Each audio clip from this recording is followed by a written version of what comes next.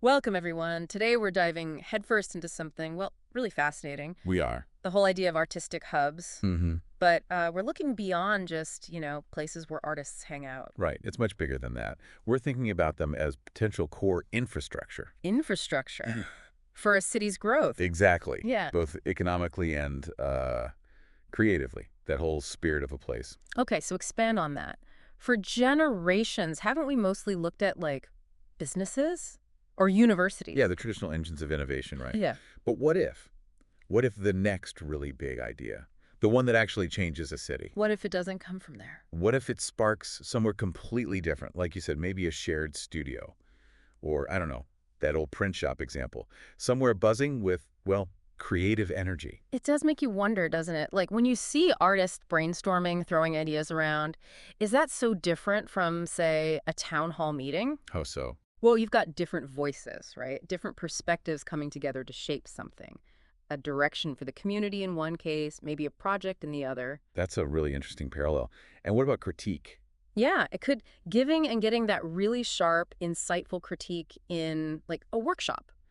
Could that become a kind of currency? A currency, like a way to build value. Exactly, a way Yeah. to make ideas stronger, an exchange that improves things. It's a powerful analogy. I mean, think about a writer's room. You mentioned that earlier. Right. You've got different writers, different takes, all arguing, hopefully constructively, about plot, about Get to characters. the best story, yeah. Isn't that kind of like a local parliament in a way? Yeah. Different viewpoints, debating, negotiating, Yeah. aiming for a common goal. A legislative goal versus a creative one, maybe. But the dynamic, and could you take that further? Could we actually build an economy or part of one on thoughtful disagreement, on that kind of robust discussion happening in these hubs? These are exactly the kinds of questions we've been wrestling with. We've pulled from a really interesting mix of sources for this deep dive. Yeah, quite diverse, actually. We looked at texts, digging into art hubs themselves, their function, their impact. We got into the nature of creativity itself, even touched on AI in the arts, which is a whole other thing. And then there were the transcripts, Oh. some quite raw perspectives. Definitely. Reflecting that feeling of hopelessness sometimes, creative frustration, and that relentless pressure to monetize everything. That endless monetization thread. Yeah. So our mission today really is to try and weave these threads together. Synthesize them. Yeah. Pull out the key insights. What's the real potential here for artistic hubs? Not just as nice cultural extras, but as, vital infrastructure. The framework for a truly vibrant city. Exactly. So where should we start? Maybe with a concrete example. Banglatown comes to mind from the sources. Oh, Banglatown is a fantastic place to start. It really shows this idea in action, doesn't it? Out there in the real world. What stood out about it? Well, first off, it wasn't your typical top-down project, where planners just decide everything. Okay. It was grounded in this idea of creative placemaking. Creative placemaking. Tell me more. It's about how art and culture aren't just side dishes. They can actively shape and revitalize a place. And the process in Banglatown was really key. Right. The sources mentioned the process itself was almost like a public performance. Exactly. They involved the neighbors directly in the design, even some of the building. So it wasn't artists just coming in from outside with their own vision? Not at all. It was deeply collaborative. Co-design, they called it. Working with residents then? Yes. Understanding their lives, their needs, their hopes, and letting that shape the creative work. It was organic. That really connects to that point from Reichert in the materials about art and culture driving progress rather than just development dollars and bottom line thinking. It's a fundamental shift, isn't it? Prioritizing creativity, community well-being. Maybe that's actually a better engine for development than just chasing profit. It suggests that, definitely. And that whole inclusive feeling they built in Banglatown, treating art as a commons. Commons, like for everyone. Yeah. Accessible. Think about the neighborhood art exchange they set up. Oh, right. For sharing tools and skills, not just finished art. Exactly. It embodies that idea of everyone participating, everyone benefiting, collective. And did it work? What were the results? Well, the sources paint a pretty clear picture. Banglatown had been struggling, lots of foreclosures. Okay. Then, as this creative hub took shape, it started getting positive press. It became vibrant. And did that translate economically? It seems so. The sources mention new storefronts opening up. Yeah. A skate shop appeared. Even immigrant entrepreneurs started moving in, drawn by the activity sparked by the art projects. Wow. So a real link between the art scene and economic life. The tangible one. Yeah. And critically, the sources stress this wasn't just some short-term fancy art project. No. It was conceived from the start as a long-term community plan. Oh, that makes a difference. Huge difference. That long view, that commitment to embedding creativity in the neighborhood, Yeah. that's what let it become a catalyst for real, lasting change. Okay, so Banglatown shows that grassroots collaboration. Now, zooming out slightly, Hmm. what about the dynamics inside these hubs? That idea of a writer's room being like a local parliament. Right. What's the connection there? What's the key insight for us? I think the core idea is that the messy process of exchanging ideas, even disagreeing, is fundamental. It's how collective progress happens, whether in art or in government. Okay.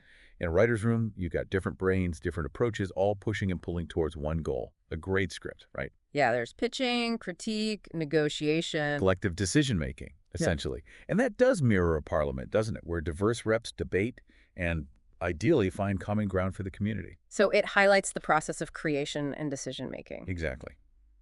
But it's not always that harmonious, is it? No. Which brings us to, well, a very different perspective from the sources, Mchavelli. Ah, the prince. Yes. Seems like a bit of a detour, maybe. Political philosophy. Maybe, but his ideas about power dynamics, they raise some pretty sharp questions about how collaboration actually works or doesn't work in any group, including these artistic hubs. It's certainly a contrast, that ideal of collaboration versus Machiavelli's, let's say, more pragmatic view. Pragmatic is one word for it. He argued it's better to be feared than loved. Right.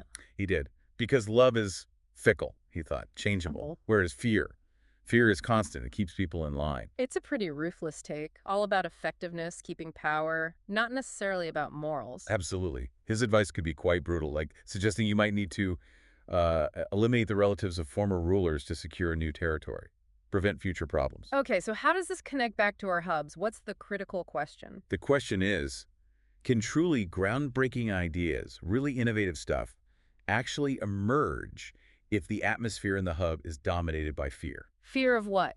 Judgment, failure, not fitting in. Any of those.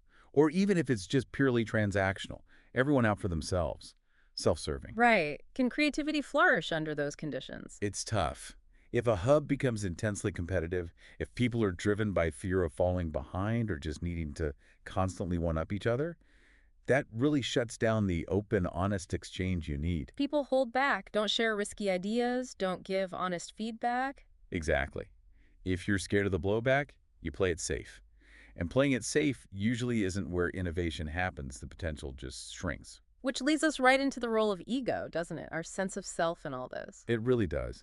And the sources bring in this concept of the mindful self, which I found really helpful here. Mindful self. What's the core idea? Well, it's offered as a counterpoint to that purely ego-driven way of operating. It emphasizes things like non-judgment. So observing thoughts without immediately labeling them good or bad. Right. And focusing on the present moment, being fully there. Also, non-attachment, not clinging too tightly to your own ideas. Okay, and equanimity. Yeah, keeping a balanced perspective. Whether you're getting praise or criticism, not letting either throw you off too much. Interesting. How does that compare to something like, say, self-actualization? The sources contrasted those. Well, self-actualization is obviously positive in many ways, but it tends to put more emphasis on identifying with the self, building positive self-esteem. And is there a downside to that? The sources suggest that sometimes an overemphasis on self-esteem might lead to things like, well, aggression if challenged, or that tendency to always see yourself in the best possible light, the self-enhancement bias. Okay, so what's the key difference for an artistic hub? How does the mindful self help? I think it could create a much more receptive space for critique, less ego defensiveness. So instead of feeling personally attacked when someone criticizes your work, You might be able to receive it with more equanimity. See it as useful data, an opportunity to grow, not a judgment on you personally. so that's how critique becomes currency, could actually work positively. Exactly. Not as harsh judgment, but as a valuable exchange that helps everyone improve. Shared growth. It's not always like that. The sources also warned about that feeling of hopelessness. Right. And the endless monetization pressure. That creative text source really hinted at that tension. Yeah, like that bit about constantly feeling pressured to create content just for likes online Mm. instead of doing deeper work, Yeah. leading to burnout. Mm-hmm. It's a serious issue. And it connects to something from the ethics of ambiguity source. What was that? The idea that people in power sometimes justify actions, maybe harmful ones, by saying they're necessary. It kind of shuts down discussion or criticism. How does that apply to an art hub? Well, imagine if the dominant pressure in a hub is purely economic. If the projects that get valued most are only the ones with obvious commercial potential. Even if they're not artistically strong or good for the community. Right. That kind of pressure can easily discourage artists doing more experimental work or stuff that's harder to sell immediately. It can breed that hopelessness, that feeling of, why bother unless it pays? Or you just chase trends. It's a real tightrope walk, isn't it? Because we also saw that idea of prosperity consciousness. Yes, the power of intention in attracting wealth. So how do you balance that? The need to be sustainable, to attract resources without letting the money focus just take over and corrupt everything. That is the core challenge. Can a hub deliberately cultivate what did the source call it? A vibrational frequency? Yeah, that values both quality art and sustainable economics. Without selling out. Can they attract funding while staying true to their artistic mission and community commitment? It's tricky. It really is. And then finally, there was that perspective from Zen mind, beginner's mind. The Zen perspective. Effort is needed, obviously. But you should forget yourself in the effort. Yeah. To get real insight. Yeah, to achieve that calmness, that genuine insight. So what's the takeaway for our hubs there? How do people work hard together? On an exhibition, a performance, a community project. While minimizing that ego-driven stuff. The competition, the need for individual glory or just financial gain. It points towards focusing on the work itself, right? The collective goal. The inherent value of what you're creating together rather than just what's in it for me. It's a shift in focus. So wrapping this all up, we're left with this real duality, aren't we? Definitely. On one side, this incredibly exciting potential. Art hubs as real infrastructure, driving growth, creativity. But on the other side, these pitfalls, the ego traps, the fear factor, that relentless monetization pressure that could just kill the creative spirit. Undermine the whole thing. So we circle back to those questions we started with. Yeah, what if a city's best idea does come from that old print shop? Because the environment allows for that real exchange. Could those brainstorms really act like town halls if people engage with respect towards a shared goal? And could critique truly become currency, a positive force, if the culture fosters that mindful exchange, that shared growth? It reframes those questions, having gone through these different lenses. It does, and maybe that leaves us with a final thought, something for listeners to chew on. Go for it.